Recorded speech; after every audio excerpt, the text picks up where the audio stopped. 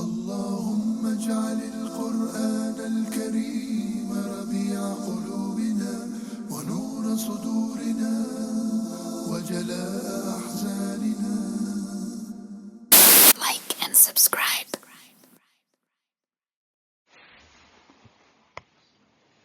الحمد لله رب العالمين والصلاة والسلام على أشرف الأنبياء والمرسلين نبينا محمد وعلى آله وصحبه أجمعين. Donc on est arrivé au 7e cours sur la sira du prophète Mohammed sallallahu alayhi wa sallam, toujours sur le même livre, Al-Urjuzat al-Mi'iyya fi dhikri hali ashraf al-bariyya, avec le commentaire de Cheikh Abd al-Razzaq al-Badr, hafidhahullah, et l'auteur Ibn Abil Aiz al-Hanafi, rahimahullah. Donc on avait parlé la dernière fois de l'islam, de la conversion de Omar ibn al-Khattab, et avant ça de la conversion de Hamza. On continue, Inch'Allah, on est ouvert au numéro 31.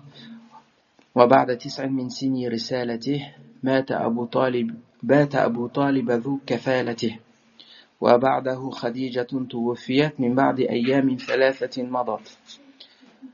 يقول المؤلف: ذكر في هذين البيتين وفاة عمه أبي طالب ووفاة زوجته أو وفاة زوجه خديجة رضي الله عنها، وكان ذلك في السنة 9 ومن سن رسالته أي من مبعثه أي في السنة 9 من المبعث أو من البعثة. مات أبو طالب ذو كفالته أي الذي قام على كفالة النبي صلى الله عليه وسلم بعد موت جده عبد المطلب، وكان ناصرا للنبي صلى الله عليه وسلم ومؤازرا له. Donc là en fait il est en train de mentionner 2 événements majeurs qui se sont produits à l'époque du prophète Mohammed sallallahu alayhi wa sallam, dans on va dire la première partie de sa prophétie, qui sont la mort de Khadija et la mort de Abu Talib. Et il va l'expliquer tout à l'heure, il y a divergence sur lequel des deux est mort en premier, combien de temps sont écoulés entre la mort des deux, mais la certitude c'est que les deux sont morts la même année. Et cette année, elle a été tellement impactante dans la vie de Rasulullah sallallahu alayhi wa sallam que les ulama, les savants de la sira, les spécialistes de la sira, lui ont donné un nom. C'est quoi le nom de cette année? Am al-Huzn, l'année de la tristesse. Donc c'est 2 événements majeurs qui ont vraiment affecté le prophète Mohammed sallallahu alayhi wa sallam, tout simplement parce que les deux étaient considérés comme des protecteurs en fait de Rasulullah sallallahu alayhi wa sallam. Khadija, elle était là pour le rassurer, pour le consoler quand il rentrait à la maison et que voilà, il parlait de sa journée, il s'est passé des choses. C'était encore une fois une période et un lieu de persécution.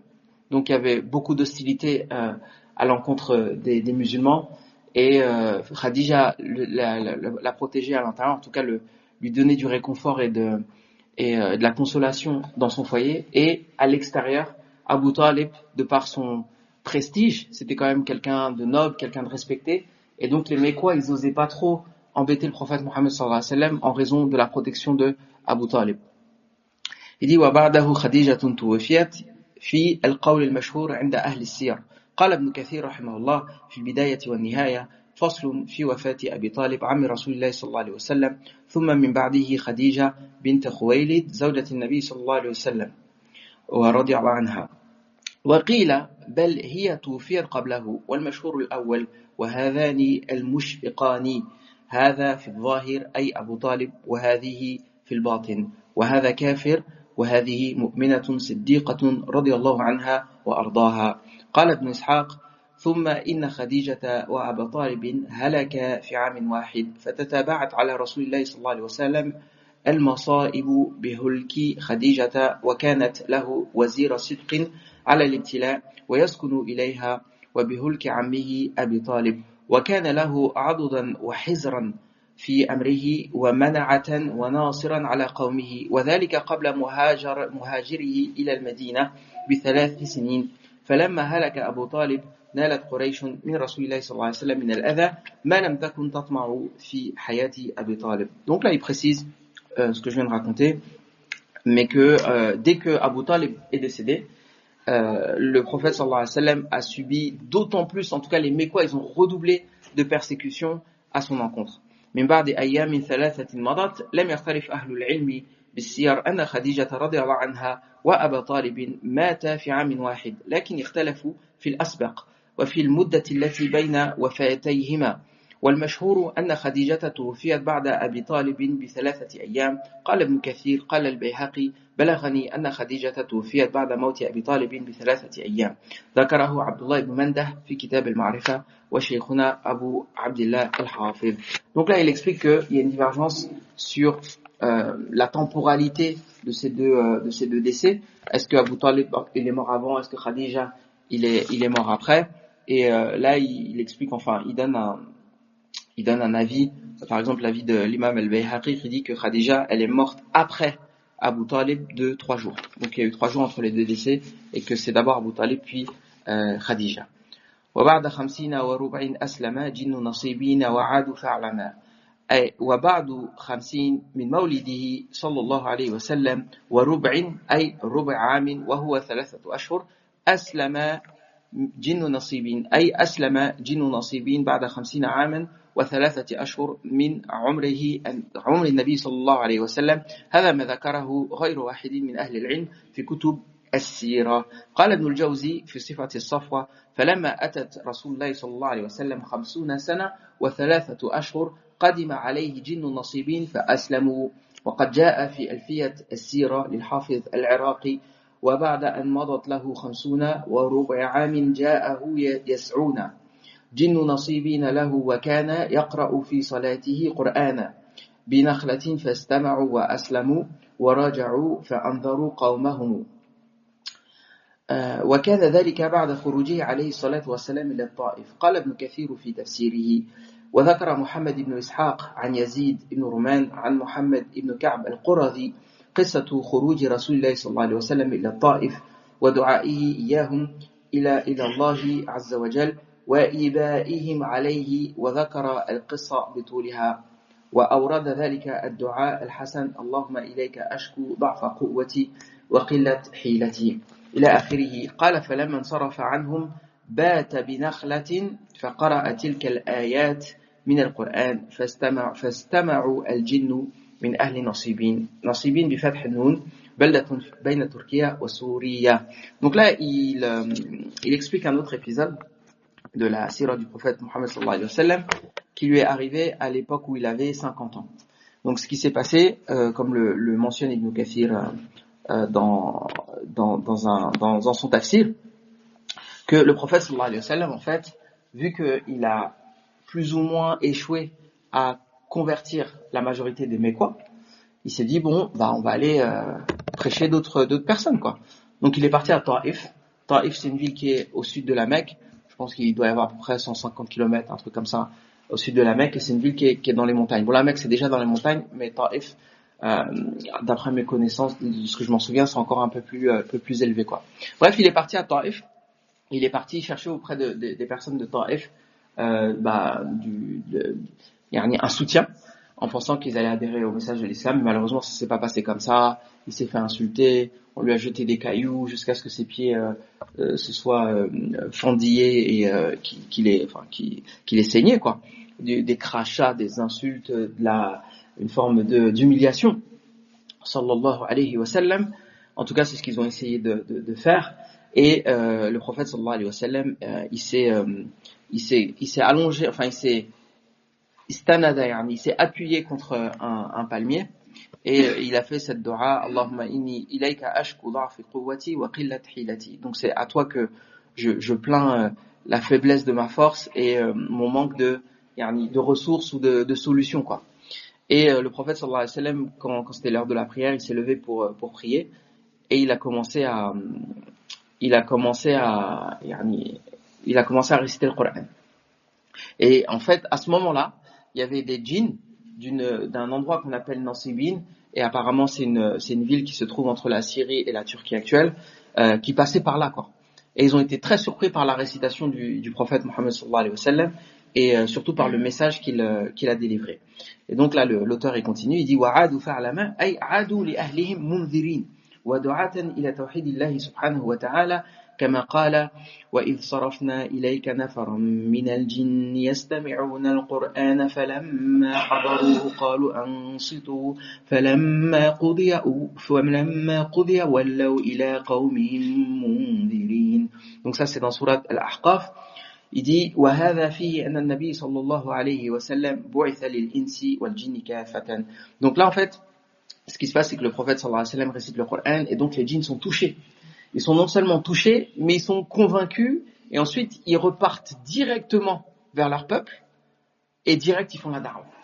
Ils attendent pas de oui non mais c'est compliqué, tu vois ce que je veux dire, comme nous des fois quand on est dans des situations où on doit tout simplement assumer qu'on est musulman, on ne demande même pas, enfin je sais pas qu'on ne demande pas de faire la da'wa, c'est votre devoir.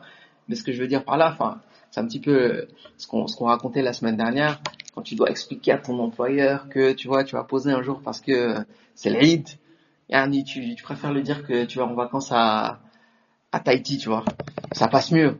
On sait jamais, sinon on va te prendre pour un extrémiste ou tout simplement c'est l'heure de la prière ou tu te retrouves dans des situations. Après, je dis mais je parle pour moi. Moi, ça m'est arrivé des situations où des fois t'es pris de court. Tu sais pas comment réagir.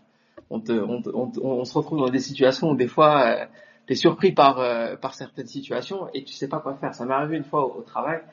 C'était l'inauguration du magasin, tout le monde était content, tout ça. Et puis le boss il vient à côté de moi, tu vois, et il a un verre d'alcool dans la main, tu vois. Bon, il a un verre d'alcool dans la main, c'est un problème, moi je calcule pas tout. Et à un moment donné, je sais pas, il y a une cliente qui arrive, il fait tiens-moi ça, tu vois.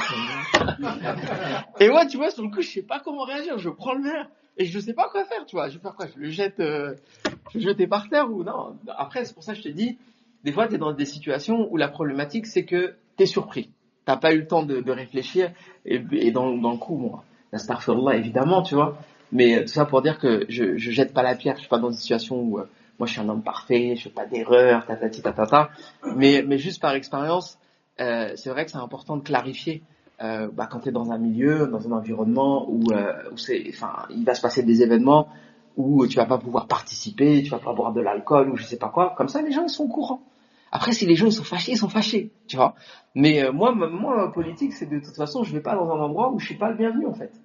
Après, si les gens ils sont fâchés, entre guillemets, comme on dit, fâchez-vous comme vous voulez. La terre d'Allah elle est vaste et il y a toujours une solution. وَمَنْ يَتَّقِ اللَّهَ يَجْعَلْ لَهُ مَخْرَجًا وَيَرْزُقْهُ مِنْ حَيْثُ لَا يَحْتَسِبُ. Et quand tu mets ce verset-là devant tes yeux, enfin je vais le traduire parce que tout le monde ne comprend pas forcément, mais celui qui craint Allah Azza wa Jal lui donne une issue favorable et il lui donne sa subsistance par des moyens insoupçonnés. Et le problème c'est que quand on est attaché aux moyens matériels et qu'on oublie les moyens immatériels, c'est-à-dire la confiance en Allah Azza wa Jal, c'est ça le sens de tawakkul. C'est de faire les choses et d'avoir conscience qu'en fait toute l'humanité, toute la création, elle est entre les mains d'Allah Azza wa Jal. Et qu'il n'arrivera que ce que Allah Azza wa Jal a décrété, ce qui t'arrive. وَمَا أَصَابَكَ لَمْ يَكُنْ لِيُخْطِئَكَ وَمَا أَخْطَأَكَ لَمْ يَكُنْ لِيُخْطِئَكَ. Ce qui va t'arriver, ce que tu vas subir, tu pouvais pas l'éviter. Et ce que tu vas pas atteindre, tu pouvais pas l'atteindre. Et donc, ce qui est intéressant dans cette histoire avec les djinns, c'est que eux, ils sont quand même dans un milieu, bon, comme je vous ai dit, les djinns, c'est compliqué.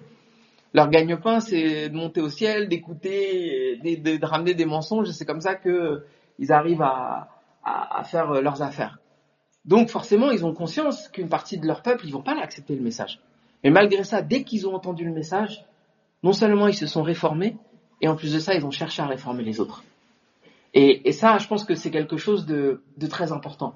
Le but de la risala, de l'islam, c'est pas seulement de chercher à devenir un meilleur musulman, de devenir une meilleure personne, mais c'est aussi d'avoir un impact sur son environnement.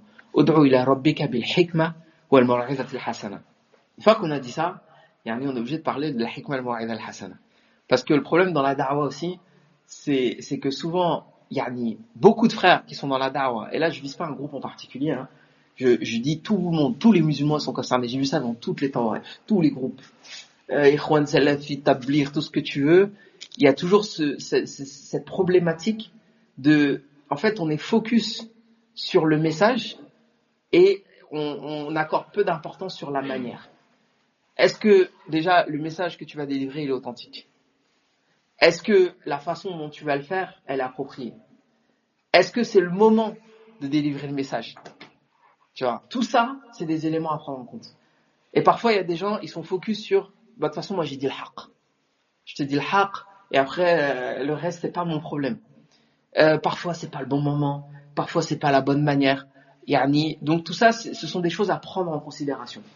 Et donc, peu importe le milieu dans lequel tu as forcément un message à délivrer, que ce soit à ta famille, tes voisins, etc. Et parfois, la da'wa, c'est vrai que dans certaines situations, en particulier à la France, je le comprends tout à fait, parfois, les gens ne sont pas du tout réceptifs au message. Dès que tu vas dire l'islam,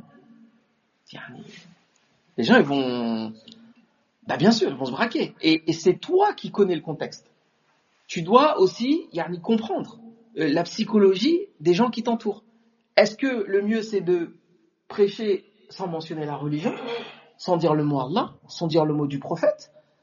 Parfois, il y a des gens, ils viennent te voir et ils te demandent un conseil, ou viennent se confier à toi, et toi, tu lui donnes un conseil à la lumière de l'islam. Mais peut-être que le hikmah, c'est de pas dire « Qala Rasulullah sallallahu alayhi wa sallam », le verset du Coran, il dit, et si ça rappelle le jour de ma conversion. Donc, je voulais pas raconter, mais le fameux frère Abou Bakr, qu'on avait, avec qui je travaillais, je l'appelle, je lui dis bon voilà, moi dans ma tête j'étais musulman. J'avais lu 2-3 livres, j'avais tout compris, et je disais il me manque plus que la prière. Donc je voulais apprendre à faire la prière. Je vais le voir, c'était à Trappes et tout, et il me dit mais tu t'es converti à l'islam? Je lui dis bah non, faut faire quelque chose de particulier. Il me dit bah ouais, c'est pas comme ça. Donc moi je pensais qu'il allait me ramener dans son appartement, qu'on allait manger un bon tiep, tout ça là. Je me convertis et je rentre chez moi. Qu'est-ce qu'il fait? Il me confie un groupe de frères. Donc moi je vois des frères, et on est en 2002, un an après le 11 septembre, tu vois. Je vois des frères, ils sont habillés à la Mola Omar, tout ça là. C'est comme un turban, la veste sans manche. C'est impressionnant pour un homme musulman, c'est impressionnant. T'as pas l'habitude, tu vois, de voir des gens comme ça. Bon, je me dis c'est pas grave, tu vois. C'est lui qui veut se convertir et tout. Ok, vas-y viens. Il me ramène dans la mosquée. Je suis assis dans la mosquée à côté du Mola Omar là, enfin du frère qui était habillé comme ça, et les autres ils sont partis chercher l'imam. Il y a même pas, tu vois, un sourire. Tu me rassures. T'inquiète pas, ça va bien se passer. Barakallahu fik, comment tu t'appelles, nanana. Le frère il me dit, t'as pensé à un nouveau prénom? Je fais, comment ça? Il est où le problème avec mon prénom? Bah, tu dois changer de prénom. Dans la tête je me dis, waouh, c'est quoi ça? Zéro, niveau moins 10 même de la sagesse. Ensuite, t'as tous les frères qui arrivent, qui rentrent dans la mosquée, et ils sont tous en train de m'encercler, ils me regardent comme de la chair fraîche. Et Masha'Allah, ok, tu fais quoi dans la vie et tout. Et à l'époque, je faisais des études pour devenir ingénieur du son. Donc je dis ça, tu vois, en toute naïveté. La musique, tout le monde se braque comme ça. Après, il y en a, il dit non, c'est bon, pas tout de suite. Après, il commence à m'expliquer, machin, c'est quoi l'islam, c'est ci, cela. Et puis il me dit, par contre, faut faire 5 prières par jour, là où tu étudies, est-ce que tu peux faire la salat, tu vois? Moi, naïvement, je dis, bah non, tu vois, sauf un endroit, peut-être en allant aux toilettes. Tu vois, c'était tendu, mais c'était un interrogatoire DRG, tu vois. Bref, non, faut que tu fasses la prière, machin et tout. Après, il commence à parler de ma famille. Ta famille, ils sont musulmans ou pas? Je fais pas, non, ils sont chrétiens et tout. Il me dit, tes parents, s'ils meurent ce soir, ils vont en enfer. Wallah, à ce moment-là, franchement, il y a que la politesse qui m'a empêché de me lever et partir. C'était un moment pénible. Et subhanallah, t'imagines qu'on arrive à un stade où même quand c'est le non-musulman qui vient jusqu'à la mosquée pour se convertir à l'islam, il a envie de repartir. C'est un problème. Il y a un problème. Il y a un problème de comment on a compris la religion et comment on la transmet. Et en fait, comprenez que, en fait, juste regarde les médias par exemple. Les médias, derrière, il y a des filtres. Ils appellent ça la propagande en fait, tout simplement. Des images, des effets. Regarde les youtubeurs. Même si le sujet il est inintéressant, la lumière, le générique, il y a un effort en fait dans la forme. Donc la forme c'est aussi important que le fond. Le Coran lui-même. Le Coran, Allah Azza wa Jalla, il aurait pu descendre le Coran en une seule fois. Débrouillez-vous avec ça. Non, Allah Azza wa Jalla, il prend soin de faire en sorte que chaque verset il descende en fonction d'une situation particulière. Allah Azza wa Jalla, il choisit le meilleur du peuple. Il choisit le plus éloquent. Et les versets, ils sont au plus haut niveau de la rhétorique. Le message, il n'est pas délivré n'importe comment. Allah Azza wa Jal, il utilise des histoires. Pourquoi? Parce que les gens, ils aiment les histoires. Allah Azza wa Jal, il commence au début, la prière, elle n'est pas obligatoire. C'est 2 rak'at. Au début, Allah Azza wa Jal, il savait que les gens, ils buvaient de l'alcool, ça? Il a parlé de l'alcool? Non. Le hijab, c'est important, c'est pas important? Il en a parlé au début? Non. Tu vois ce que je veux dire? Tous les ahkam, ils descendent à Médine. Mais au début, c'est quoi? On va en parler tout à l'heure, quand il y aura les Ansar qui vont se convertir à l'islam. C'est vous mentez pas, vous volez pas. Comme il a dit Ja'far. Le message de base, c'était ça. C'était un message simple. Et une fois que les gens, ils se sont raffermis dans la foi, ensuite, on discute. On parle de halal, haram, on parle de, je sais pas quoi, la musique, tout ce que tu veux. Enfin bref, tous les sujets qui sont même des sujets en réalité qui sont des sujets de divergence et dont on a fait l'alpha et l'oméga du din. Tout le din, c'est ça. C'est halal, haram, c'est cela. Or que, en vérité, la seule chose sur laquelle on doit être solide et intransigeant, entre guillemets, c'est les sujets consensuels. Tout ce qui n'est pas l'objet d'un consensus, il y a divergence, al-amru fi sa'a, et chacun est responsable de ses choix. Bref, donc les djinns de Nasibin, dès qu'ils se convertissent à l'islam, ils retournent vers leur peuple et ils leur prêchent le message. Il dit ثم على سودة أمضى عقده في رمضان ثم كان بعده عقد ابنة الصديق في الشوال. Il dit ثم على سودة عطف على ما سبق وقد ذكر فيها سبق وفاة خديجة زوج النبي صلى الله عليه وسلم وهي الزوجة التي لم يتزوج النبي صلى الله عليه وسلم عليها غيرها إلى أن توفيت رضي الله عنها فبعد وفاتها بفترة يسيرة أمضى عقده على سودة وهي بنت زمعة ابن قيس القرشية رضي الله عنها وكانت قبله عند السكران ابن عمرو رضي الله عنه وكانت هي وإياه ممن هاجروا إلى الحبشة ثم لما رجعوا إلى مكة أقام معها زوجها في مكة إلى أن توفي رضي الله عنه والنبي صلى الله عليه وسلم تزوج بسودة وأمضى عقده عليها في رمضان قبل مهاجره صلى الله عليه وسلم إلى المدينة قيل بسنتين وقيل بثلاث سنوات. Donc là en fait il est en train de nous expliquer que après la mort de Khadija, le prophète sallallahu alayhi wa sallam, il a épousé une autre femme. Donc en fait il n'est pas resté longtemps célibataire. D'ailleurs comment il s'appelle, Abdullah ibn Mas'ud, il disait qu'en gros s'il divorçait ou si il était veuf, il ferait en sorte de pas rester une nuit célibataire, quoi. Donc le célibat en islam, c'est pas quelque chose de recommandé. Enfin le divorce, ça peut arriver, ou on peut devenir veuf, ou peu importe. Mais dès qu'une personne, comme dit le prophète sallallahu alayhi wa sallam, ya ma'ashar al-shabab, man istata'a minkum al-ba'a falyatazawwaj. Donc il incite surtout les jeunes gens, dès que vous avez les moyens de le faire, mariez-vous. فَمَنْ لَمْ يَسْتَطِعْ فَعَلَيْهِ بِالصَّوْمِ. Celui qui peut pas, qu'il jeûne, فَإِنَّهُ لَهُ وِجَاءٌ. C'est une protection pour lui. Et comme je le dis souvent, l'islam c'est une religion qui facilite le mariage et qui rend difficile la fornication. À l'inverse de ce qui se passe dans le monde, on va dire, du droit civil ou du droit positif, où en fait c'est la fornication qui est rendue facile et on a l'impression qu'on dissuade les gens de se marier. Et voilà quoi, c'est compliqué de se marier, c'est compliqué d'avoir un rendez-vous à la mairie, quand tu te maries, que tu divorces, ça te coûte, voilà, enfin bref. Donc le musulman, dès qu'il a l'opportunité, il se marie, et même s'il devient veuf, comme dans le contexte du prophète sallallahu alayhi wa sallam. Et donc la première femme qu'il a épousée après la mort de Khadija, et le prophète il a pas vécu en situation de polygamie avec Khadija.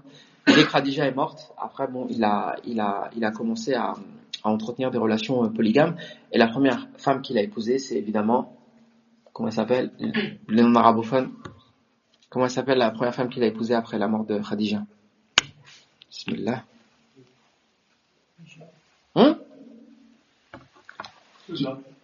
Saouda. Mashallah. Donc, elle s'appelait Saouda. Et en fait, cette femme était veuve. Elle s'était mariée avec un sahabi qui s'appelait Sakran ibn Amr. Ils sont partis en Abyssinie. Vous avez suivi les précédents cours, donc inutile de revenir là-dessus. Et donc, il est mort. Quand quand ils sont quand ils sont revenus à la Mecque.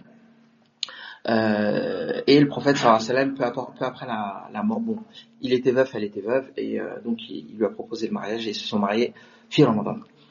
Ensuite, wa min khasa'isiha, donc là il va parler un petit peu des particularités de cette première femme, enfin de cette seconde femme, mais c'était la première dans le ménage après la mort de Khadija. Min khasa'isiha annaha atharat bi yawmiha Aisha radhiyallahu anha إيثار الحب النبي صلى الله عليه وسلم إيثارا لحب النبي صلى الله عليه وسلم لها وذلك أنها كبرت عنده عليه الصلاة والسلام وعزم على طلاقها فآثرت أن تبقى معه زوجة له لتحظى بأن تكون زوجة له صلى الله عليه وسلم في دار الآخرة.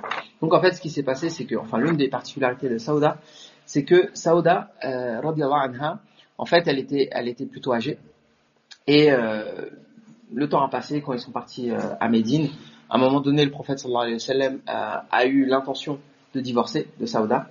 Et donc, elle a préféré rester épouse du prophète sallallahu alayhi wa sallam, mais de renoncer à sa nuit, quoi. Donc, le prophète sallallahu alayhi wa sallam, il alternait les nuits entre ses différentes épouses. Et donc, ça nous apprend d'un point de vue religieux qu'une femme dans un couple polygame, elle peut renoncer à sa nuit si elle considère que c'est un moyen de rester en couple avec le mari, peut-être parce qu'ils ont des enfants et que ça donne certaines facilités s'ils restent mariés. Mais là en l'occurrence, elle n'a pas eu d'enfant avec le prophète sallallahu alayhi wa sallam, mais elle voulait avoir le mérite d'être sa femme dans l'au-delà, et donc elle a cédé sa nuit à Aïcha parce que elle savait aussi que le prophète sallallahu alayhi wa sallam avait un amour particulier pour Aïcha. Il dit ثم كان بعده أي بعد إمضاء عقده على سودة عقد الصديق في الشوال أي عائشة بنت أبي بكر الصديق رضي الله عنها وعن أبيها وعن الصحابة أجمعين وقد تزوج رسول الله صلى الله عليه وسلم في شوال قبل الهجرة قيل بسنتين وقيل ب3 سنوات وهي بنت 6 سنين وبنى عليها عليه الصلاة والسلام بالمدينة أول مقدمه عليه الصلاة والسلام وهي بنت 9 سنين ولها خصائص ومنها أنها أحب أزواج النبي صلى الله عليه وسلم إليه ومنها أنه لم يتزوج بكرا غيرها ومنها أن الوحي كان ينزل على النبي صلى الله عليه وسلم وهو معها في لحافها ومنها أن براءتها من الإفك الذي رميت به نزل به وحي من الله يتلى في كتابه سبحانه وتعالى ومنها أنها أفقه نسائه عليه الصلاة والسلام بل أفقه نساء الأمة ومنها أن النبي صلى الله عليه وسلم توفي في بيتها بين سحرها ونحرها رضي الله عنها وعن زوجات النبي صلى الله عليه وسلم أجمعين. Donc ensuite, tout de suite après, il s'est marié avec Aïcha. Donc voilà, donc après il parle du mariage du prophète sallallahu alayhi wa sallam avec Aïcha et il explique que c'était 2 ans ou 3 ans avant la hijra. Il explique aussi que pendant le contrat du mariage, elle était âgée de 6 ans et que lorsque le mariage a été consommé, elle était âgée de 9 ans. Il dit aussi l'auteur qu'elle avait plusieurs particularités, comme le fait que c'était la femme préférée du prophète sallallahu alayhi wa sallam, que c'est la seule que le prophète sallallahu alayhi wa sallam a épousée et qui était vierge, en fait c'est la seule aussi dont la révélation s'est produite dans sa maison, même dans son lit, hein, et lorsque le prophète sallallahu alayhi wa sallam était dans sa maison et dans son lit, qu'elle a été disculpée aussi parce que Aïcha, on verra plus tard, hein, elle a été accusée évidemment faussement de fornication, d'adultère même. Vous savez la différence entre la fornication et l'adultère, hein? C'est quoi la différence? Fornication, t'es pas marié, et adultère, c'est que t'as trompé ta femme. C'est ça. C'est pas forcément que t'as trompé ta femme. L'adultère, en tout cas en islam. En islam. Hein. Mais c'est vrai que en français c'est ça. Mais en islam, en fait, on fait la distinction entre el-muhsan et ghayr el-muhsan. Ce que tu as dit, c'est vrai. Hein. C'est-à-dire fornication et adultère, c'est bien ça la différence. Mais en islam, el-muhsan, c'est la personne qui a déjà consommé un mariage, même si elle est divorcée, même si elle est veuve. Et la fornication de cette personne-là, elle est plus grave que la personne qui ne s'est jamais mariée. Et dans ce cas-là, on appelle ghayr el-muhsan. Et le châtiment ou la punition n'est pas la même. وَمِنْهَا أَنَّهَا أَفْقَهُ نِسَائِهِ, donc que c'était aussi la femme la plus savante des femmes du prophète sallallahu alayhi wa sallam, et il dit c'était même la femme la plus savante de la communauté, quoi. Il y a énormément de hadiths qui ont été rapportés par Aïcha radhiyallahu anha. Wa minha anna an-nabi sallallahu alayhi wa sallam tuwfiya fi baytiha, donc aussi que le prophète sallallahu alayhi wa sallam il est mort dans sa maison, on verra aussi à la fin. Je revenais sur le mahsab, je sais pas quoi. Ouais. Il y a une personne qui a été mariée, Uh-huh. après un divorce, Uh-huh. et a fait la fornication. Uh-huh. Ça aussi c'est de l'adultère? En fait, comme je te dis, Oui, c'est ce que j'ai compris.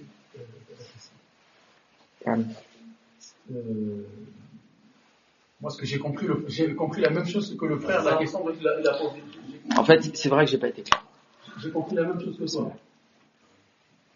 Donc, c'est la question qu'il faut. J'ai pas été clair, mais je vais préciser. En fait, t'appelles pas ça de l'adultère dans le sens où l'adultère, ça veut dire que t'as trompé ta femme. Ça? C'est-à-dire là, en français, c'est ça, c'est ce que ça veut dire. En islam, dans les deux cas, on va appeler ça zina. D'accord? On va pas faire de distinction, t'es marié, t'es pas marié. Sauf que nous, on fait la distinction dans le sens de la gravité et de la punition. D'accord. Donc en fait, nous, ce qui nous importe, c'est de savoir, est-ce que tu as déjà été marié? Peu importe si tu l'es encore ou pas. Peut-être que tu es divorcé, peut-être que tu es, comment on appelle ça, veuf. Et dans ces cas-là, la punition est plus grave. Et le péché est plus grave que la personne qui n'a jamais été mariée. Et dans ce cas-là, on l'appelle Roy le Muhsan. En fait, le Muhsan, c'est la personne qui est, elle est préservée. Parce qu'on considère que le mariage, c'est quelque chose qui te préserve de la fornication. Et entre guillemets, on considère qu'une fois que une personne entre guillemets qui n'a pas goûté au mariage, yani peut-être que je sais pas, elle a succombé à la tentation, machin, c'est une façon entre guillemets d'amoindrir la sanction, d'accord. En général, les rois ou muhsan qui tombent dans la fornication, c'est parce qu'ils sont jeunes, parce qu'il n'avait pas d'argent, je sais pas quoi, il est tombé amoureux, enfin voilà quoi. Mais en gros, on considère que le muhsan, il n'a pas d'excuse. T'as un ancien, tu t'es déjà marié une fois, qu'est-ce qui t'a empêché de te marier une deuxième fois en fait? Tu sais comment on fait, t'as la patience, t'as la sagesse, enfin on voit bien, hein, je dis voilà, la plupart d'entre nous on est des trentenaires, des cadras, etc., voire plus, on n'a pas du tout la même, on va dire la même naïveté que quand on avait 20 ans quoi. Donc si on est dans une situation où, je sais pas, on tombe amoureux ou je sais pas quoi, yani on n'aura pas la même précipitation qu'on avait que quand on avait, je sais pas, 20 ans, etc., où voilà, c'était plus difficile de résister à la tentation ou peu importe. Est-ce que c'est clair ce que je dis ou pas? Barakallahu-fik. Donc ensuite, comme je disais, il est mort dans les, quasiment dans, enfin, il avait la tête sur la cuisse de Aïcha au moment de sa mort, quoi. Enfin, il était allongé dans sa partie, dans le milieu de son corps. Et comment? Al-Hijri, ouais, c'est ça, Al-Hijr. Dans son giron, comme on dit en français. Et donc ça fait partie des fada'il d'Aïcha radhiyallahu anha, qui est particulièrement attaquée par les Shi'a, etc. Et je sais pas comment ces gens, je sais pas comment t'arrives à dormir, quoi. T'insultes Aïcha comme ça, de manière détendue, Abou Bakr, Omar, machin. Tu vas te coucher comme si c'était rien passé. Enfin, vraiment, Tashayur, moi, c'est quand même une religion qui me fascine dans le mauvais sens du terme. J'ai beaucoup de mal à comprendre comment tu peux être si proche de l'islam et si éloigné en même temps. Tu vois ce que je veux dire? Yani, dans le sens où, entre guillemets, un chrétien ou un juif ou je sais pas quoi, il a pas mis le pied dans l'islam. C'est pas son truc, machin. J'ai été non musulman à une époque de ma vie. Yani, j'ai envie de te dire, c'est vrai que plus le temps passe, plus j'ai de mal à comprendre, mais yani, mon cerveau, il yastaw'ib. Mais Shia, je comprends pas je comprends pas le concept. Après, il y a Shia et Shia. Il y a les Shia qui sont les Awam Nas, donc qui sont des gens qui suivent le chiisme par tradition. Mais ulama et Shia, ils savent. Les savants du chiisme, ils savent très très bien. Ils savent très très bien ce qu'ils font, où est-ce qu'ils en sont, ceci, cela, enfin bref. Afanallahu wa iyyakum min dhalik. Bref. Pourquoi en fait ils disent que les Chiites sont pires que les Saharaïens? Ouais, que les Saharaïens, je sais pas, mais ils disent que ils sont plus éloignés que les Juifs et les chrétiens de la vérité. En fait, ce qu'ils veulent dire par là, c'est que la probabilité qu'un chiite revienne au sunnisme, elle est moins grande que la probabilité qu'un chrétien ou qu'un juif embrasse l'islam. Pour te dire à quel point la divergence entre les sunnites et les chiites est grande et importante. Et en fait, le problème essentiel de cette question-là, c'est que ils ont fait d'un fait politique, un problème politique, donc la dispute entre Ali, Muawiyah, etc., ils en ont fait une religion. C'est ça qui est ouf en fait. Et quand tu l'étudies d'un point de vue même objectif, tu sais que les tout premiers chiites, donc qui étaient juste les partisans d'Ali, qui étaient juste on est d'accord avec Ali, on n'est pas d'accord avec Muawiyah, on ne veut pas reconnaître le khilafat de Muawiyah ou peu importe, ou des Omeyyades ou des Abbassides, ben en fait leur religion, c'est-à-dire en matière de pratique, de foi, de croyance, de fiqh, elle n'était pas du tout différente. Et ça, ils le savent ça, parce que historiquement parlant, on a les écrits. On sait comment ça a commencé, comment ils se sont progressivement éloignés, comment ils ont inventé des trucs, et tatati, et tatata. Enfin bref, c'est pas un cours sur le sujet, mais c'est un sujet intéressant et important. Mais bon, bref, on en a parlé parce que si tu entends parler du mal de Aïcha, eh ben sache que tu as affaire à un chiite, point barre. Et que ça sert à rien de discuter. Ça sert à rien d'avoir un débat, ça sert à rien d'essayer de le faire revenir à la raison, les arguments, ça marche pas. Parce que le sujet, il est pas là en fait. Le sujet, il est le hawa, tu vois. C'est tiba al-hawa, c'est lié à des personnes, c'est des personnalités qui sont très dans la vindicative, c'est des militants quoi, tu vois. C'est comme si, je sais pas moi, tu vas discuter avec un militant communiste iranien. Tu vas pas le convaincre que le capitalisme c'est bien, et vice versa. Hein. C'est pas pour dire que le communisme ou le capitalisme, c'est pas pour un choix entre les deux, mais c'est pour te dire qu'une personne quand elle est endoctrinée, ça sert à rien de chercher à le convaincre quoi. Al-Muhim. وبعد 50 وعام تالي أسري به. Vous avez des questions en fait par rapport à ce que j'ai dit? Fadda. Moi j'ai mon oncle là, un cousin à moi, je veux dire. Il m'a parlé du mariage qui a été fait à l'âge de 6 ans, c'est ça, pour Aïcha, et puis la consommation, et puis des fois il m'attaque sur ça quoi. Ouais. Ça c'est un autre sujet, bon je m'attendais à cette question, tu vois. Ah désolé. Non, au contraire, on est là pour passer du bon temps, poser des questions parfois un peu relou quoi. Mais je pense que c'est important d'en parler. En tout cas, vu que tu as posé la question, j'en parle, tu vois. Il n'y a pas de souci, on s'était préparé, t'inquiète pas. Al-Muhim. Attends, je prends une gorgée. Bismillah.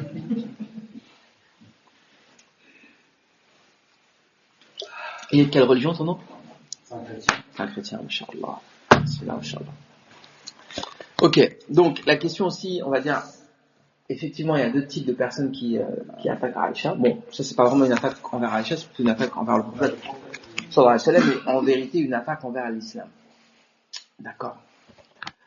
Il y a, comment te dire, un vers de poésie que j'aime beaucoup en arabe.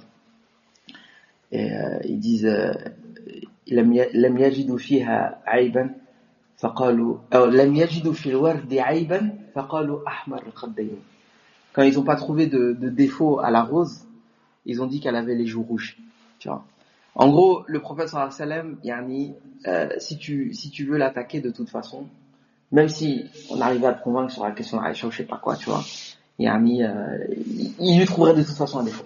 Si c'est pas ça, c'est non mais un prophète comment il fait, enfin quand ça se fait qu'il fait la guerre ou des trucs comme ça, enfin bref. Mais je pense que c'est quand même important de répondre à cette question-là. Et en réfléchissant à ça, j'ai noté à peu près 4 ou 5 points qui me paraissent importants, même si je pense qu'en fait, on peut pas faire de polémique avec tout le monde en fait. Tu vois, faut choisir ses bagarres. Comme je disais, si un chiite il vient, il te dit oui, Aïcha ceci, cela, وإذا خاطبهم الجاهلون قالوا سلاما. Tu lui pas juste le salam et tu continues ta route. Ça sert à rien. Et certaines personnes aussi, Aïcha, je sais pas quoi, barakallahu fik, Allah dit que je sais pas quoi. Mais le muhim. En tout cas, moi je parle pour vous, pas pour ces personnes-là. La première des choses à dire, c'est en fait, c'est pour ça que je t'ai posé la question, c'est quoi sa religion? Parce que moi, la première question que je me pose, si une personne attaque le prophète sallallahu alayhi wa sallam, après avoir évidemment la conviction que le prophète est un prophète et que le Coran c'est la vérité, c'est toi, t'es qui toi pour attaquer le prophète sallallahu alayhi wa sallam? C'est quoi ta vie? Montre-moi ta moralité, montre-moi ta piété, montre-moi ta probité, parce qu'il faut se lever de bonheur quand même. Prophète Rasulullah sallallahu alayhi wa sallam, c'est-à-dire même d'un point de vue objectif, même d'un point de vue historique, comme dit Lamartine, Alphonse de Lamartine, il dit quel homme fut plus grand? Il pose la question comme ça à l'humanité. Qui a été à la fois prophète, chef d'État, chef militaire, chef de famille? Qui a été la cause qui a eu un impact jusqu'à aujourd'hui sur plus de 2 milliards d'êtres humains? C'est-à-dire que même si tu pars du postulat que c'est lui l'auteur du Coran, et évidemment c'est pas le cas, regarde l'impact qu'il a eu à travers les siècles jusqu'à aujourd'hui. Et que même si tu le compares à Isa ibn Maryam, Isa il s'est jamais marié. Isa il a jamais été à la tête d'un État. Il a jamais été à la tête d'une armée. Il a jamais été aussi complet en fait. Donc la question c'est, toi, personne qui ose, première question, critiquer Rasulullah sallallahu alayhi wa sallam, montre-moi t'as fait quoi. Et montre-moi quel est ton impact sur l'humanité. Quoi? Et mon cousin il dit, oui, t'as vu, nous on sait que le prophète Isa, quand il ressuscitait les morts, il faisait la cause, et que c'est Allah qui ressuscitait. Ouais, bien sûr. Lui il dit, t'as vu, nous, Isa, il ressuscite les morts. Okay. Il fait ça. Est-ce que tu me laisses finir d'abord le premier sujet avant qu'on aborde le deuxième sujet? Est-ce que je t'ai dit j'avais fini? Il faut que je le termine ton cousin d'abord. D'abord je le termine et après on parle de Isa ibn Maryam, je sais pas quoi là. Bref, première des choses, toi t'es qui? T'es qui et quelle trace tu vas laisser à l'humanité pour oser ouvrir ta bouche et dire Rasulullah ceci, cela. Donc sur la question de l'âge de Aïcha, le prophète sallallahu alayhi wa sallam, Aïcha elle-même, elle dit que le prophète sallallahu alayhi wa sallam kana Qur'anan yamshi 'ala al-ard. En matière d'éthique, de moralité, c'était l'incarnation du Coran. Et là, il y a deux choses qui sont importantes. Premièrement, c'est que le prophète sallallahu alayhi wa sallam, même si tu es un détracteur, tu es obligé de reconnaître qu'il prêchait qu'il appliquait ce qu'il prêchait. Et ça, c'est quelque chose d'extrêmement difficile à faire. C'est quelque chose de rare dans l'humanité. Moi-même qui donne les khutbahs tous les Jumu'ah là, la pression, frère, parce que tu dis aux gens, et des fois tu es dans des situations où tu fais pas. C'est la réalité, frère. C'est la réalité. Même une fois, mon fils m'a repris une fois. Papa, c'est pas toi qui as dit ça, je me mal. Tu vois ce que je veux dire? Mais c'est vrai, frère. Parce que c'est dur. Parce que t'es un humain. Parce que t'es faible. Parce que t'es pas prophète, tout simplement. Et le prophète, il est un humain, mais il était marsoum. Il a été choisi. C'est la crème de l'humanité. Donc, quand tu vois un humain qui a ce niveau d'excellence, réfléchis à deux fois avant de le critiquer. Ou au moins soit à son niveau avant de le critiquer. Donc déjà, premièrement, t'es qui pour le critiquer? Deuxièmement, le Coran lui-même, il dit, toujours dans le numéro 1, il dit wa innaka la'ala khuluqin 'azim. Allah Azza wa Jal, si on te dit que Allah, le créateur des cieux et de la terre, il a dit d'un humain qu'il était à un très haut niveau de moralité et de probité, dis-toi dans ta tête, il y a peut-être une probabilité pour que ce soit vrai. Et s'il y a une probabilité pour que ce soit vrai, moi je te dis, fais autre chose. Collectionne les timbres, tu vois ce que je veux dire, je sais pas, va à la pêche au moule, mais parle pas de religion. Moi, en tout cas, si j'étais à ta place, j'étudierais le sujet profondément avant de me lancer dans de telles accusations, parce que là, en vérité, t'es pas en train de défier le prophète sallallahu alayhi wa sallam, t'es en train de défier Allah Azza wa Jal. T'es en train de critiquer la religion d'Allah Azza wa Jal sans le savoir. C'est pour ça qu'Allah Azza wa Jal nous demande de pas insulter leur religion. Pourquoi? Parce que par ignorance, ils vont insulter Allah. Donc, quand même, déjà, rien que ça là, j'ai une forme de, comment te dire, shafaqa, je sais pas comment dire en français, une forme de... des sortes d'indulgence. C'est pas de l'indulgence, d'empathie, quoi, envers ton cousin. C'est comme Abdul Muttalib. Quand Abraha il est venu attaquer la Kaaba. Il a pris les chamelles de Abdul Muttalib. Abdul Muttalib, il est parti, il lui a dit, excuse-moi, est-ce que tu peux me rendre mes chamelles, s'il te plaît? L'autre, il dit, attends, je viens détruire la Kaaba, tu montes tes chamelles. Parce que moi, je suis propriétaire de la Kaaba, des chamelles, pardon, et la Kaaba, elle a quelqu'un pour le défendre. Miskin. Toi, t'es venu attaquer Allah. Moi, tu vois, miskin. J'ai plus de la peine que de la colère. Le deuxième point qui me paraît important, donc effectivement, Allah Azza wa Jal, il dit, wa innaka la'ala khuluqin 'azim. وإنك لأجر غير ممنون وإنك لعلى خلق عظيم dans sourate Al-Qalam. Il dit aussi وما أرسلناك رحمة للعالمين. Donc Allah Azza wa Jal, il a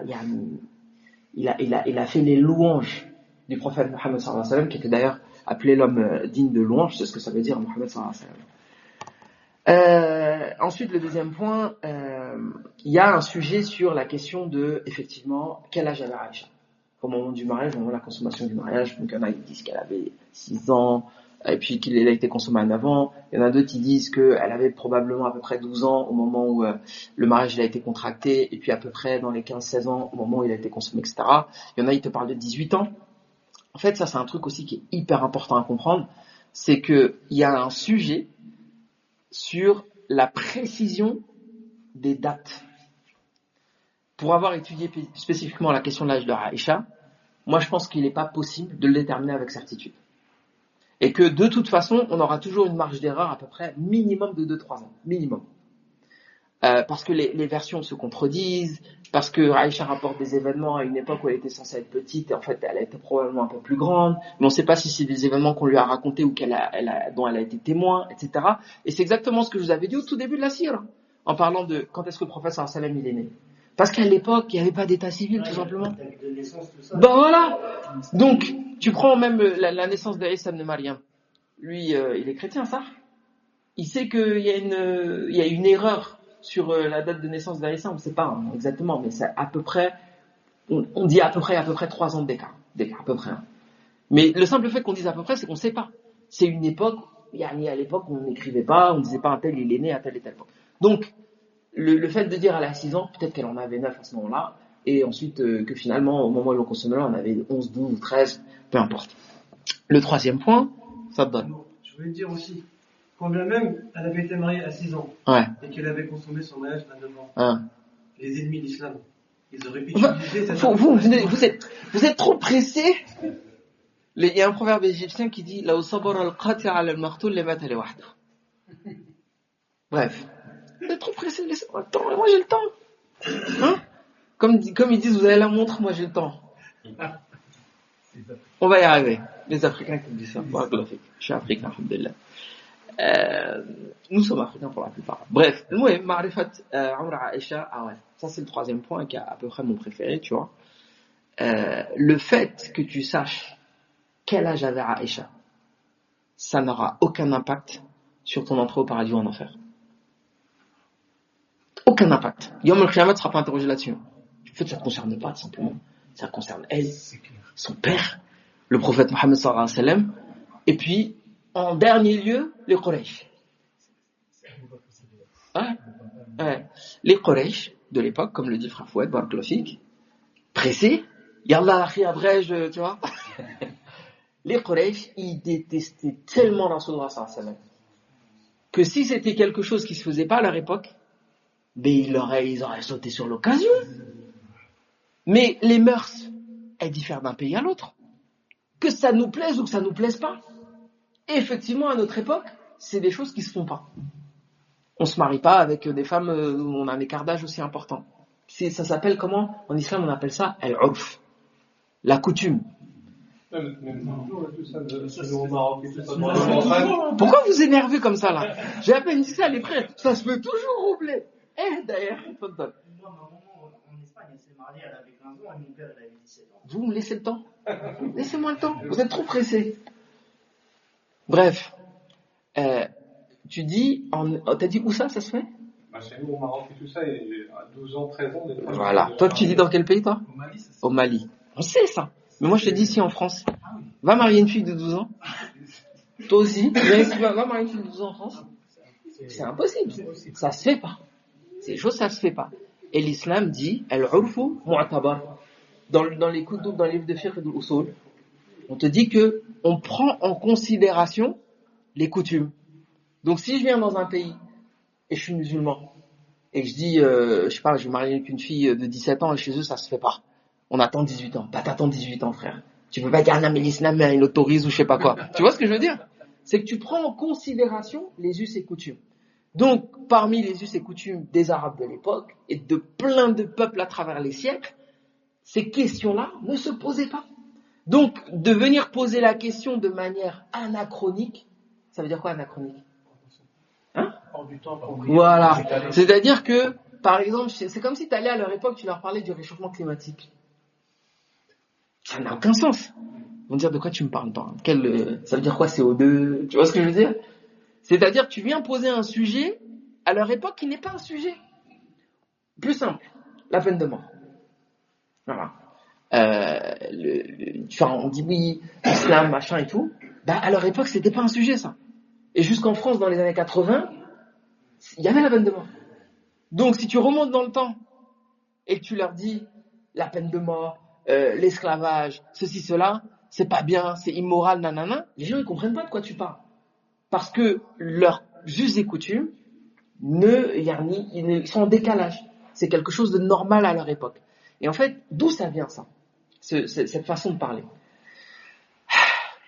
Je reprends une gorgée. Bismillah. Donc le quatrième point, c'était évidemment la question des us et coutumes. Je vais d'abord finir sur ce sujet, après je vais revenir sur pourquoi les gens ils réfléchissent comme ça. J'ai trouvé des exemples, par exemple dans l'histoire. Par exemple, le roi Richard II d'Angleterre, il a épousé Isabelle de France en 1396 et elle avait 6 ans. Est-ce que tu as déjà entendu quelqu'un dire Richard II d'Angleterre, pourquoi il a fait ci, on s'en fout en fait. Personne, tout le monde s'en fiche de ça, tu vois. C'est un non-événement. Même si tu étudies l'histoire de l'Angleterre, on t'en parlera pas de ça. Jean Santerre, ça c'est un roi français, il a épousé Isabelle d'Angoulême en 1200, elle avait 12 ans, voire moins selon certaines estimations. Est-ce que tu as déjà entendu une personne critiquer Jean? T'en as même pas entendu de Jean Santerre, par exemple. Tellement les gens s'en fichent de cet événement. Hugues Capet, qui est un roi connu aussi, il a épousé Adélaïde d'Aquitaine, selon certaines sources, lorsqu'elle était très jeune, elle avait probablement moins de 13 ans. Pourquoi c'est pas un sujet? Parce qu'à l'époque c'était comme ça, ça se faisait. C'était dans les mœurs de l'époque, c'était acceptable. Voilà. Et un dernier point, et après je vais t'expliquer pourquoi on réfléchit comme ça. J'ai entendu un savant dire il n'y a pas longtemps, Man ra'a anna suluk an-nabi sallallahu alayhi wa sallam munafi lil-muru'a aw munafi lil-akhlaq fa huwa kafir li'annahu ittahama an-nabi sallallahu alayhi wa sallam bima la yahillu ittihamahu bihi. Une personne qui considère que le comportement du prophète sallallahu alayhi wa sallam est inapproprié ou il contredit la morale, c'est un kafir. Parce qu'en fait, ça revient à accuser le prophète sallallahu alayhi wa sallam d'une chose qui n'est pas appropriée, en tant que prophète. Donc, chacun se mêle de ses affaires, chacun regarde ses péchés, avant de dire, c'est marié à 6 ans, à 7 ans, je sais pas quoi. Il y a plein de rois, de notables, ou même des gens inconnus qui faisaient ça à son époque, et la preuve, c'est que les Quraysh, ils l'ont jamais attaqué là-dessus. Parce que pour eux, c'était pas un sujet. Donc, en réalité, c'est pas un sujet, et que c'est juste que la personne avait critiqué pour te critiquer. Après, il y a certaines personnes que ça dérange. Ça dérange, il y a même des musulmans, de manière sincère. C'est lié à un phénomène qu'on appelle l'universalisme. C'est ce que ça veut dire, l'universalisme? Il a fait comme ça. Ça veut dire quoi, l'universalisme?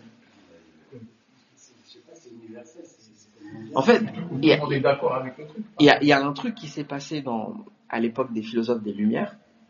Et parfois, on pense qu'il y a certaines notions qui sont justement universelles, tu vois, comme l'universalisme. T'as vu la phrase qui n'a aucun sens? C'est-à-dire que jusqu'aux Lumières, quand un philosophe il avait une idée ou une façon de penser, il n'avait pas la prétention, que toute l'humanité devait penser comme lui, tout. Il savait que, voilà, je sais pas moi, Aristote en Grèce, il avait conscience qu'en Perse, il y avait des philosophes qui avaient une culture différente que lui et qu'il les appelait même les barbares. Les gens ne sont pas comme nous, quoi, tu vois, et qui seront jamais comme nous et qui nous sont inférieurs, etc. Le problème des Lumières, donc les philosophes des Lumières, vous savez ce que c'est les Lumières quand même? C'est quoi la Lumière? C'est un courant de pensée philosophique du XVIIIe siècle en Europe. Vous avez tenté de vouloir affranchir faire en sorte que les hommes s'affranchissent de leur pensée passée pour aller vers une pensée un peu plus évoluée. Machallah, j'avoue, j'ai sous-estimé le frère. Hein. Il a d'être ça. Hein. Waouh, si j'en prends de l'eau. Donc c'est un courant philosophique, à peu près, comme il dit, 18e siècle, voire un petit peu avant, hein. John Locke, tout ça là. Il me semble que John Locke c'est 1600 quelque chose. Mais ouais, il n'y a pas que. Hein. Il y avait aussi des Anglais, des Écossais, mais Jean-Jacques Rousseau, Voltaire, tout ça, Montesquieu, 1500 quelque chose, il me semble. Hein. Donc ça remonte un petit peu à. Montesquieu. Il me semble 16e siècle, peu importe. Bref, c'est à peu près cette époque-là.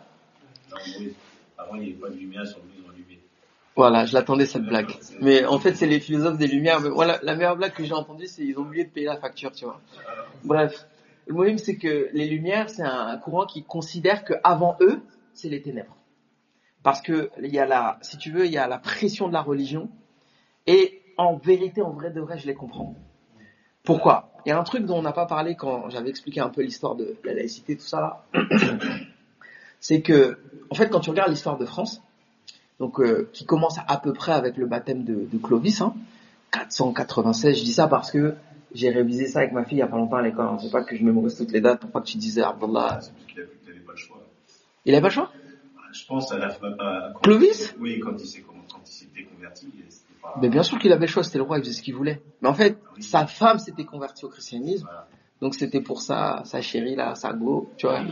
Il a voulu faire le BG, voilà. Tu vois ce que je veux dire ? Il s'est converti. Bref, le mourim, c'est que ça marque à peu près pour les historiens le début de l'histoire de France. Le baptême de Clovis. Et en fait, ce qui se passe à peu près sur 1000 ans, c'est une période d'intolérance en fait. Si t'as pas la religion du roi, t'es pas dans la vérité. Et il y a même eu des massacres en fait pour ça. C'est-à-dire quand le protestantisme est arrivé, qu'il y a une divergence avec le catholicisme, les catholiques en France ont tué des milliers de protestants. Et ça a provoqué un choc en fait. Moi je te dis mon opinion personnelle, pourquoi la France elle a autant de mal avec les religions ? De mon point de vue, parce que en fait ce massacre-là, le massacre de la Saint-Barthélemy en particulier, donc nous on a tué plein de protestants, a provoqué dans l'inconscient collectif un traumatisme. En fait, ils se sont jamais vraiment réconciliés avec la religion parce que ce qu'ils ont fait, c'est grave en fait. Ce qui s'est passé, c'est grave. C'est un petit peu comme les Allemands avec les Juifs en 40, tu vois. Jusqu'à aujourd'hui, les Allemands ils sont traumatisés par ça. Pourquoi l'Allemagne elle soutient Israël de manière inconditionnelle ? Parce qu'ils ont peur en fait. Ils ont peur. Maintenant, tout ce que fait un Juif, c'est la vérité. Tu vois. Mais ça, c'est un traumatisme. El Mohem, pourquoi je te dis ça ? Après, il y a eu la révocation de l'édit de Nantes, machin. L'édit de Nantes, en fait, c'est un édit qui interdisait le protestantisme. Après, il y a un roi qui s'appelle Henri IV qui est venu et qui a révoqué ça, révocation de l'édit de Nantes, ceci, cela. Mais en fait, toute l'histoire du Moyen-Âge, c'est une histoire d'intolérance religieuse. Les Lumières arrivent, donc les philosophes disent, le seul moyen d'éviter qu'on s'entretue, c'est de se débarrasser de la religion. Je te le fais ultra simple. On se débarrasse de la religion, mais si on se débarrasse de la religion, on fait comment ? Il faut autre chose. Donc on est obligé d'inventer des principes. De dire qu'en fait on n'a pas besoin de la religion pour avoir des valeurs. Ce qui n'est pas forcément faux. Tu peux avoir des valeurs même si tu n'as pas de religion.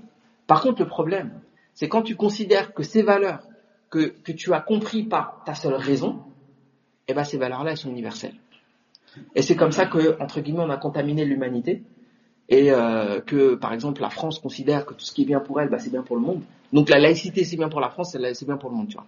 C'est pas que la France, c'est l'Occident en général. J'allais y venir. Et en fait, c'est parti de la France. Pas exactement, mais comme je te dis, John Locke c'est un Écossais, mais l'Angleterre aussi, mais ils l'ont digéré de manière différente, je pense. Et après, les Français, ils ont contaminé les Américains. Les Anglais, mais après, c'est comme les Anglais. Avant, d'Amérique, il n'y avait pas d'Américains. Tu me laisses finir aussi. Ils veulent tous le micro. En fait, pourquoi je te dis la France, l'Angleterre ? Pourquoi ? Enfin, la France et les États-Unis. Parce que les philosophes des Lumières ont contribué à inspirer les pères fondateurs des États-Unis qui ont demandé l'indépendance de l'Angleterre. C'est ça que je veux dire. Voilà. Et donc, les Américains, c'est pour ça, eux-mêmes, ils ont cette mentalité. De dire, en fait, ce qui est bien pour nous, c'est bien pour tout le monde. La démocratie, ça vient d'où ? Ça vient de ces gens-là. L'axe du bien, tout ça, machin et tout. Et en fait, quand on a cette mentalité de dire, nous, à notre époque, le mariage, ça se passe que dans telles conditions, c'est bien pour toute l'humanité. Et en plus de ça, on se permet de juger les gens du passé avec nos valeurs à nous. Et ça, c'est n'importe quoi, ça. Ça n'a pas de sens. Donc, quand on parle de ce qui s'est passé à l'époque de Rasulullah sallallahu alayhi wa sallam, ça ne veut pas dire que nous, ici, en France, à notre époque, on va reproduire exactement la même chose. Le contexte, il est totalement différent. La culture, elle est totalement différente. Les Arabes de l'époque de Rasulullah sallallahu alayhi wa sallam, ils n'ont rien à voir avec les Arabes de notre époque. Même s'ils vivent à la Mecque, même s'ils sont bédouins, même s'ils ont des noms qui remontent jusqu'à Rasulullah sallallahu alayhi wa sallam et qui s'appellent Al-Qahtani ou je sais pas quoi, tu vois. C'est des gens différents. C'est des cultures différentes, c'est des époques différentes, les lois sont différentes, les mœurs sont différentes, etc., etc. Donc en fait, c'est un débat qui sert à rien. C'est un débat qui sert à rien. En vérité, quel âge elle avait exactement, on ne sait pas. Les éléments ont divergé, ils ont divergé, et alors on passe à autre chose. Et la question essentielle, c'est, au final, il est musulman ou pas?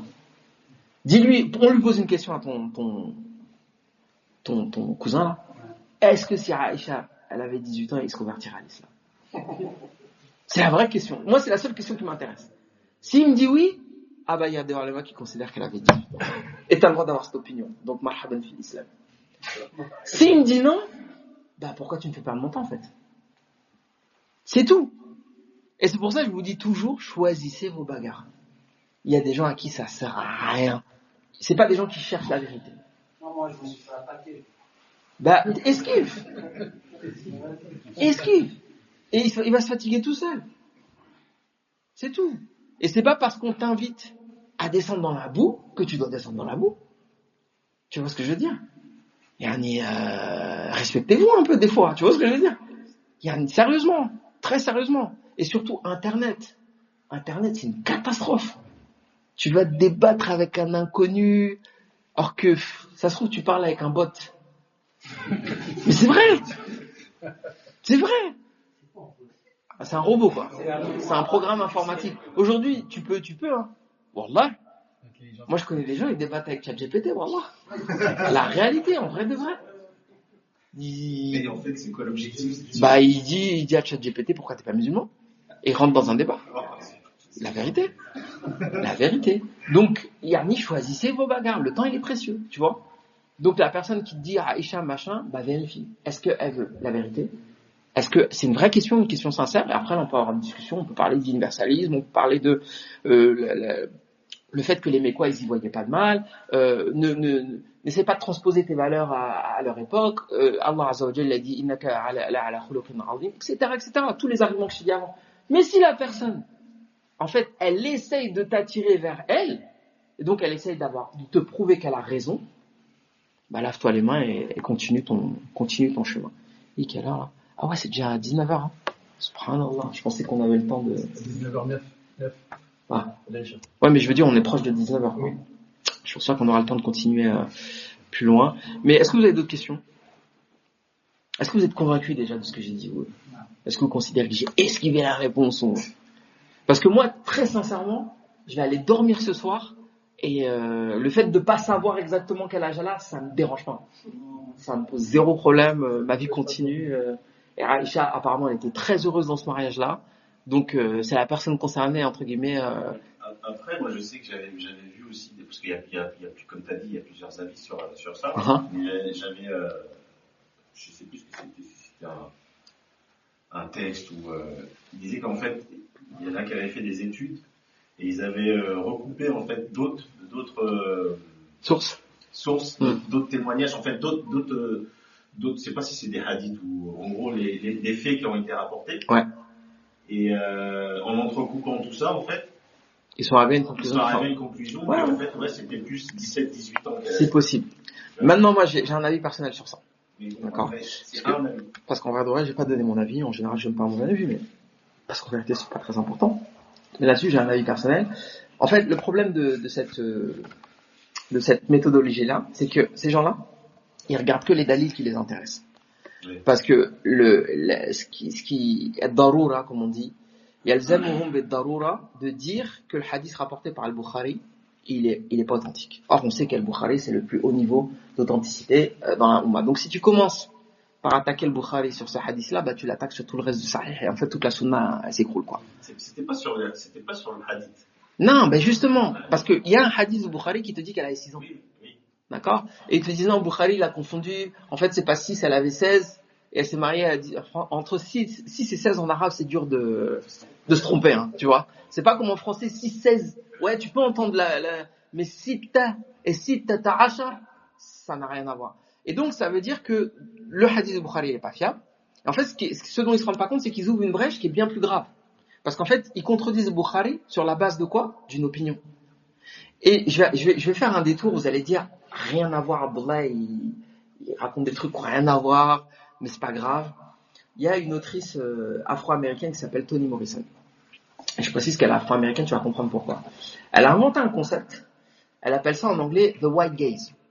Et elle dit en fait que les auteurs afro-américains, quand ils écrivent de la littérature, ils ont l'impression, en tout cas ils écrivent sous la pression du regard de l'homme blanc. C'est-à-dire que ils vont écrire en se disant ça je peux pas l'écrire parce que les blancs ils vont dire les hommes blancs ils vont dire je suis raciste ou alors que je me plains tout le temps de l'esclavage ou je sais pas quoi, tu vois. Et je dis ça parce que en vérité, il y a beaucoup de musulmans, ils ont cette même problématique vis-à-vis des non-musulmans. Ils écrivent ou ils prennent la parole ou ils font des vidéos YouTube, en fait, ils te parlent pas à toi hein. Parce que toi comme tu as dit, on sait que tu vas pas sortir de l'islam parce que le hadith de Bukhari machin. Ils parlent aux non-musulmans. Donc il y a une espèce de kafir gaze, tu vois, donc le regard du kafir, ben oui, et qui t'importe en fait, et qui te pose problème. Le problème c'est que t'as honte en fait, que les musulmans, les non-musulmans disent de toi que toi tu défends une position qui est à leurs yeux inacceptable. Mais moi, à mes yeux, il y a plein de trucs qui sont inacceptables chez vous, subhanallah. Juste l'istinja, frère. Tu parles de gens, ils vont aux toilettes, ils savent même pas ce que c'est la toilette intime. Tu veux que j'ai un débat avec toi? Pourquoi, frère? Salman el-Farisi, il a eu un débat justement sur la question de l'istinja. Il y a un Yahoudi qui vient voir, lui dit Inna Rasulullah sallallahu alayhi wa sallam allamakum kulli shay hatta al-khala. Votre prophète là, en mode condescendant et en se moquant, il vous a appris toutes les choses. Parce que ça, c'est la particularité de l'islam. Hein. Il n'y a aucune religion qui a documenté la vie de son prophète avec autant de minutie que l'islam. Et il n'y a aucune religion qui donne autant de directives sur la vie de tous les jours que l'islam. Même la façon dont tu te brosses les dents, frère. Même de manger, tu manges avec la main droite, tu te lèves le matin, t'es afghan sabah al-masa. L'islam, c'est une religion extraordinaire. Bref, le Yahoudi, il se croit malin. Il vient voir Salman, il lui dit ouais, vous, votre prophète, il vous a appris tout, même la façon dont vous allez aux toilettes. Et il croyait qu'il avait humilié Salman. Qu'est-ce qu'il a répondu, Salman? Il a dit Ajal, bien sûr. Et il a commencé à lui expliquer l'ahkam al-istinja en toute fierté. Ouais, alors, et alors quoi? Et après? Ça y est, t'es content? Voilà. Donc, l'attitude qu'on a envers les non-musulmans, comme il dit le prophète sallallahu alayhi wa sallam, dire Allah azza wa jal, a'izza ala al-kuffar, rahama bainahum. Tu dois être digne devant les non-musulmans. Tu dois être fier. T'as pas à rougir de ta religion, t'as pas à rougir de ton prophète. C'est la meilleure des créatures, c'est ta foi. Et d'ailleurs, entre guillemets, nous, on s'enorgueillit du fait que nous, on respecte les autres religions. On va pas dire à un non-musulman, on va pas lui dire il y a kafir, on va pas lui dire ton prophète ceci cela. Déjà on se moque pas de leur prophète parce que ce sont les nôtres. Et même si c'était pas les nôtres, notre religion nous a appris à se comporter avec les non-musulmans de la manière la plus courtoise. Donc tu peux lui dire écoute, moi je me comporte avec toi avec courtoisie, et ce que j'attends de toi c'est que tu te comportes avec moi avec courtoisie. Donc viens pas me parler des sujets comme ça, tout simplement. Est-ce que vous avez des questions? J'ai une question. Le but, en France, de M. Doro, c'est de faire aider le poids, c'est ça? D'accord. Maintenant, c'est comment on le construit, comment on l'ancre dans la poitrine des gens, et comment on fait en sorte que cet amour ne devienne pas déraisonnable. Où des gens on a tendance à rencontrer des gens qui vont peut-être exagérer sur le prophète, lui prêter des caractéristiques ou des facultés qui sont divines. Comme divine, bien sûr. Ok. Et donc, maintenant, c'est comment est-ce qu'on fait pour construire cet amour et faire en sorte qu'il soit conforme aux limites d'Allah Azza wa Jalla. Frère, il est chaud, hein. Ouf. Poser une question, là, tu crois, en 5 minutes. J'ai le temps de répondre. Écoute, de manière générale, la modération, parce que je crois que c'est le sujet, hein, la modération n'est possible qu'avec la science, la connaissance, le savoir. Et surtout, Yani, si tu as cette mentalité d'esprit critique dans une certaine mesure, c'est-à-dire, en fait, la question c'est de savoir, est-ce que certaines personnes n'ont pas développé un amour pour le prophète sallallahu alayhi wa sallam qui est exagéré, comme tu dis, à tel point qu'ils vont lui prêter des qualités qui ne conviennent pas, d'accord, qui ne conviennent qu'à Allah azza wa jal, machin, qui vont même prier le prophète sallallahu alayhi wa sallam, ils vont dire des trucs qu'on doit dire qu'à Allah azza wa jal. Ça, tout simplement, ça a une seule source, une seule raison, c'est l'ignorance. Al-jahl. Et souvent, c'est une ignorance qui est liée à une emprise.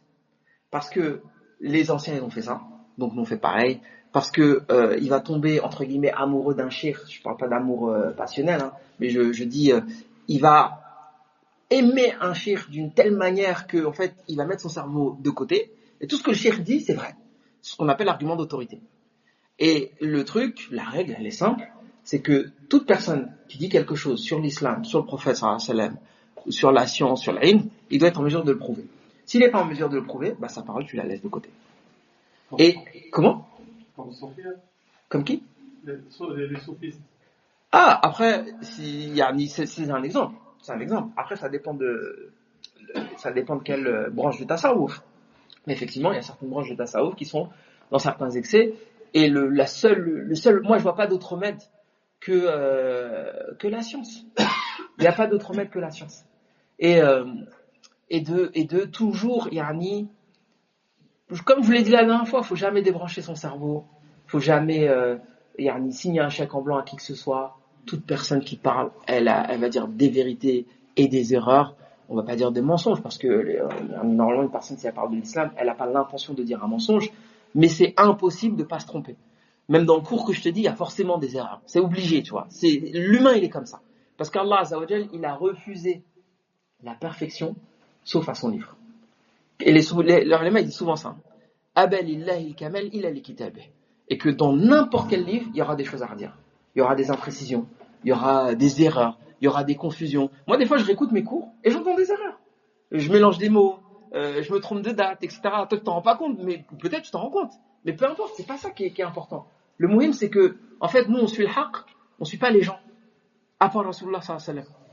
Et parfois, c'est difficile. Hein. Moi, je te dis, à titre personnel, j'ai déjà eu des situations où je me suis rendu compte que, en fait, j'étais en désaccord avec mon cheikh sur certains sujets. Et je me suis rendu compte que ça m'attristait profondément, quoi, tu vois. Et je suis parti le voir, j'ai dit, cheikh, je suis pas d'accord avec toi, parce qu'il y a tel truc, nanana. Il est resté sur sa position, jusqu'à aujourd'hui, je pense que c'est l'erreur, tu vois. Mais je me suis rendu compte des années après que c'est un bienfait. Parce que, quelque part, je me suis détaché, j'étais attaché à la personne, plus qu'au message, en fait, quelque part, tu vois. Et que, au final, j'ai fini par me réconcilier avec lui, parce que j'ai accepté que c'est un humain qui fait des erreurs, c'est tout. Et donc, je pense avoir répondu à ta question, je ne sais pas s'il y a pas quelque chose d'autre à dire, mais le muhim, c'est que, on suit l'islam, on suit le Coran, on suit Rasulullah sallallahu alayhi wa sallam, et tous les gens qui viennent après lui, même les sahaba, radiyallahu anhum, ils ont dit des choses avec lesquelles on n'est pas forcément d'accord, les 4 imams, on les respecte, etc., etc., mais c'est des humains qui peuvent faire des erreurs, quoi. Est-ce qu'il y a d'autres questions? Aïsouel. Il reste 4 minutes. Je sais que c'est une question qui peut prendre du temps à répondre, mais juste pour avoir des éléments de réponse. C'est la différence entre l'épreuve et la punition. Admettons, une femme se fait violer. C'est un exemple que je donne. Elle vient me voir, elle me dit, voilà, je me suis fait violer. Comment tu pourrais, entre guillemets, la consoler? Tu pourrais pas lui dire, tu t'es fait punir. Tu comprends ce que je veux dire? Pourquoi tu voudrais dire qu'elle s'est fait punir? Tu mérites de se faire violer. Justement. Mais comment on pourrait la consoler, cette personne? Mais je vois pas le rapport entre ça et l'épreuve et la... Parce que les gens se disent que le moindre mal qui nous arrive, c'est de nos propres mains. Donc peut-être qu'elle se suscite de se dire, s'il m'est arrivé cette chose, c'est peut-être par rapport à des choses que j'ai fait dans mon passé. Ouais. Alors là, c'est délicat ce que tu dis. Est-ce que le fait, tu sais, Yani, bima kasabat aydikum ma asabakum min musibatin fa bima kasabat aydikum. Est-ce que dans un cas comme ça, on peut dire qu'il y a une corrélation entre ces péchés et, tu sais, non, je pense que c'est une mauvaise interprétation du verset. Pourquoi? Tu prends par exemple les enfants qui sont morts à Gaza. Rahimahumullah. Est-ce qu'on peut dire bima kasabat aydihim? Ils ont rien fait. Ils ont rien fait pour mériter ça. Donc c'est pas forcément ça. Et que parfois Allah, par une épreuve, au contraire même, il cherche à t'élever par l'épreuve. Il cherche à te purifier de tes péchés par l'épreuve. Donc, il n'y a pas forcément de corrélation. D'accord? Et la question, c'est de savoir quel est le sens de ma asabakum min musibatin fa bima kasabat aydikum, tu vois. Et il y a un autre point, rapidement, parce qu'il reste après 2 minutes, donc j'aurai pas forcément le temps de creuser la question, mais peut-être que la semaine prochaine, on reviendra là-dessus. Il y a un truc qui est super important quand on cherche à changer les choses, quand on cherche à avoir un impact, que ce soit dans la da'wa ou alors dans la question de la consolation. Tu es dans une posture de délivrance du message. En fait, c'est comme le docteur. Je vais vous choquer quand je vais vous dire ça. Hein. Le médecin, il n'a aucune obligation de résultat. C'est-à-dire que tu guérisses ou que tu guérisses pas, tu lui dois de l'argent. Ça, voilà. Parce que lui, il fait l'effort de chercher à comprendre quel est ton mal et de te prescrire le bon médicament. Donc toi, si tu cherches à avoir des résultats dans la consolation, t'es pas dans la bonne posture. C'est-à-dire que toi, tu dois déployer un maximum d'efforts pour essayer de la soulager, mais ça ne veut pas dire que tu vas y arriver. Et que le résultat, il est entre les mains d'Allah. Tu vois. Et donc, décharge-toi cette responsabilité. Tu vois. Te mets pas dans la posture du syndrome du sauveur, parce qu'au final, frère, ça va se retourner contre toi. Et que, entre guillemets, tu peux même tomber en dépression parce que tu n'arrives pas à consoler une personne. Tu vois. Bon, là, on est plus dans la psychologie, mais de manière générale, il y a souvent cette problématique de penser que parce qu'on va dire un verset, parce qu'on va dire un hadith, machin, la personne, elle est obligée de l'accepter ou d'être soulagée. C'est pas forcément le cas. Toi, tu fais ton travail, tu as de l'empathie, tu lui dis les mots pour la consoler, mais je pense pas que al-istishhad, c'est-à-dire le fait d'utiliser ce verset, c'est le bon, c'est un bon argument dans cette situation en particulier. Allah alam. سبحانك اللهم وبحمدك أشهد أن لا إله إلا أنت أستغفرك وأتوب إليك وجزاكم الله خيرا والسلام عليكم ورحمة الله وبركاته. ربنا تقبل